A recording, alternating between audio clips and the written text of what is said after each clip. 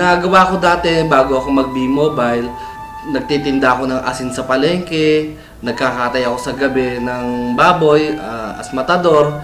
Then pagka may mga opportunities na may magpapagawa ng bahay, nagko-construction ako para maibsan ko yung pangangailangan. Lalo na may 3 akong anak, hindi ganun kadali ang kumita ng pera sa Pilipinas. Nung napunta ako sa Qatar, ni-repair ako ng mother ko dun sa kakilala niya. So doon, ang unang 2 taon ko, taga-timpla ako ng kape. Pagkatapos ko ng trabaho, nagko-computer ako. Gusto kong makausap yung pamilya ko na nasa Pilipinas. So nung nakita ko ng amo ko na may potential ako, doon niya ako pinag-aral. Hanggang sa makakapag-aral ako ng pagiging secretary. So ako ang naging personal secretary niya.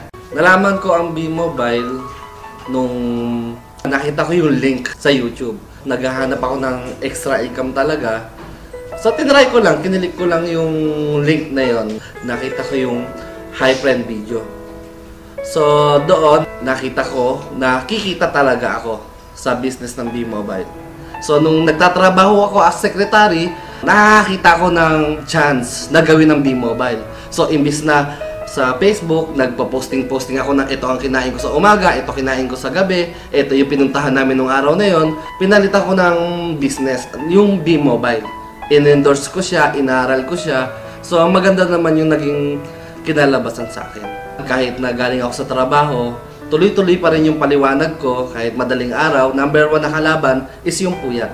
Pero binaliwala ko yon kasi nga nalilibang ako sa ginagawa ko. Target ko talaga mawala yung homesick ko dahil gusto ko na umuwi. Gusto kong makasama yung pamilya ko. Sa una, nahihirapan ako kasi wala namang trabaho madali. Pero nakita ko yung mga testimonial ng mga millionaires, nagkaroon ako ng idea. Ang sabi ko, hindi pala totoong mahirap si B-Mobile. Madali lang siyang gawin. Basta pag kinopya mo yung mentors mo, dumadali yung trabaho. Ito yung tinatawag ng copy business. Nung unang earnings ko, it was December 7, 2012.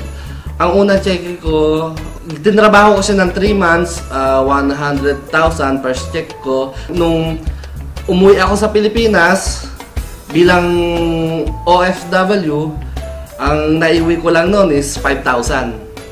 Bilang OFW, 2 taon ko na pagtatrabaho. Nung pag-uwi ko, kinabukasan, diretso ko ng opisina ng B-Mobile, doon ko kinuha yung first check ko.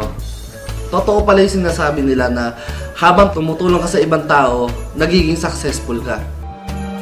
Number 1 na naging rejection sa akin yung mother ko na baka hindi ka kumita, pero nagdire-diretso pa rin ako. Nagtuloy-tuloy ako. Kasi mahina nga ako sa pag-i-invite. Ang ginawa ko, yung mga nagpo-post lang ako sa mga fanpage.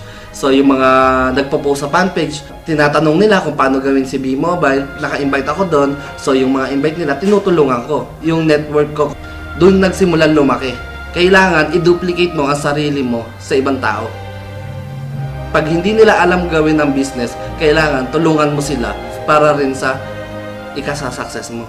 Malaki ang pinagbago sa sarili ko nung sumali ako sa B-Mobile. 3 yung anak ko na pag-aaral ko. Wala naman akong ibang trabaho. Full-time B-Mobile lang ako. Ang binago niya, nababayaran ko na yung bill ko sa tubig, sa kuryente. Nakabili ako ng motor. Nakabili ako ng owner. Mapapayo ko sa mga members ko, kailangan tuloy-tuloy lang sila.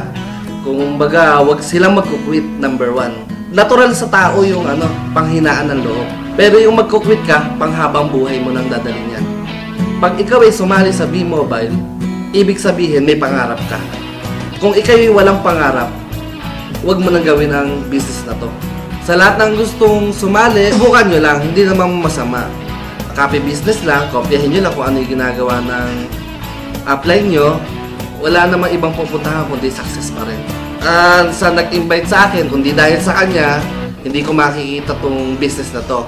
Maraming salamat sa iyo dahil malaki talaga ang binago ng B-Mobile sa buhay ko.